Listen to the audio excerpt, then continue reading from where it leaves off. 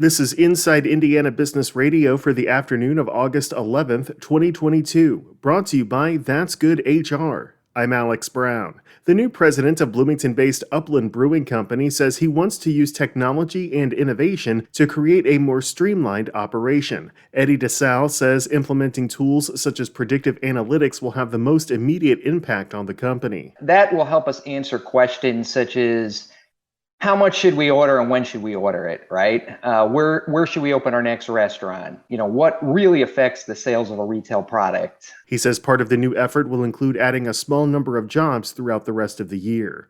The president and chief executive officer of the Eiteljorg Museum of American Indians and Western Art in Indianapolis has detailed his plans to retire, the museum announced today. John Van Osdal, who has led the museum for nearly 26 years, will step down June 30th, 2023.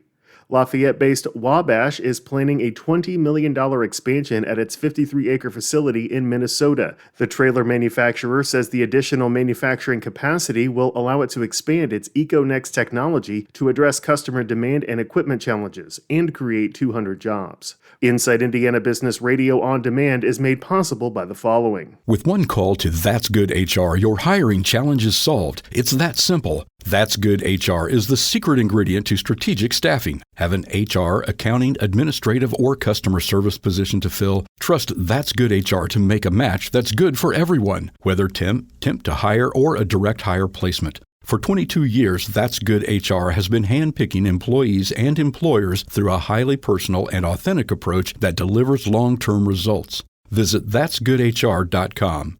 Remember, the match matters. IBJ Media delivers business news covering Central Indiana and the entire state. The Indianapolis Business Journal and Inside Indiana Business are now part of the same family. Look to the IBJ for in-depth coverage of Central Indiana's business community and tap into Inside Indiana Business for stories that extend throughout Indiana. 2 resources, unlimited business insights that help you stay informed and get ahead. Learn more at ibj.com and insideindianabusiness.com. Nearly 500 Hoosier patients at Eskenazi Hospital in Indianapolis have helped validate a screening tool for suicide created by a psychiatrist and researcher at the IU School of Medicine. Dr. Alexander Niculescu has spent 2 decades researching how to predict suicide risk. His new tool is a yes-no questionnaire that focuses on 22 risk factors in about 5 minutes. He says his questionnaire is different than current ones because it does not ask directly about suicidal thoughts.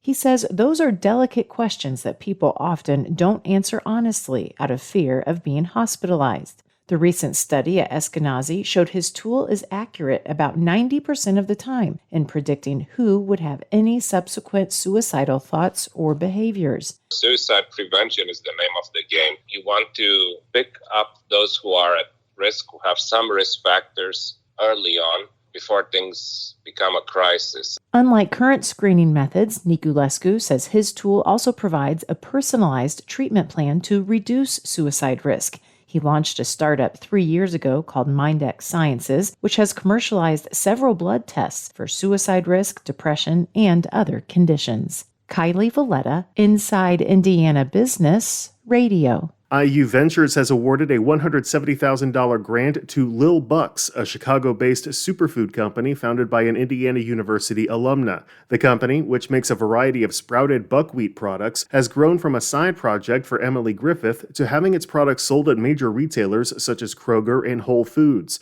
The investment is part of a larger $300,000 funding round. Griffith says the investment from IU Ventures, which was awarded through the IU Angel Network, will be used to get her products in more stores across the country.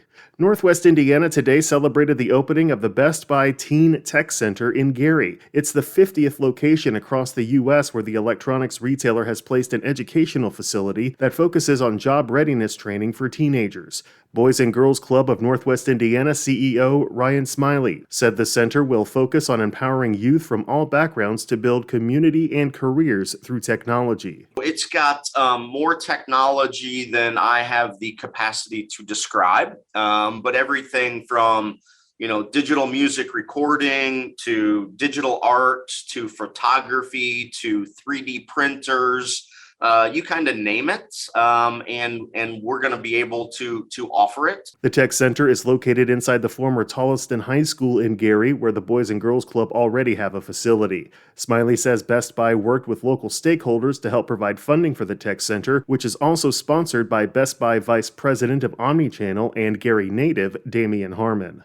This report is brought to you by That's Good HR, the secret ingredient to strategic staffing. More at that'sgoodhr.com. I'm Alex Brown for Inside Indiana Business Radio on Demand.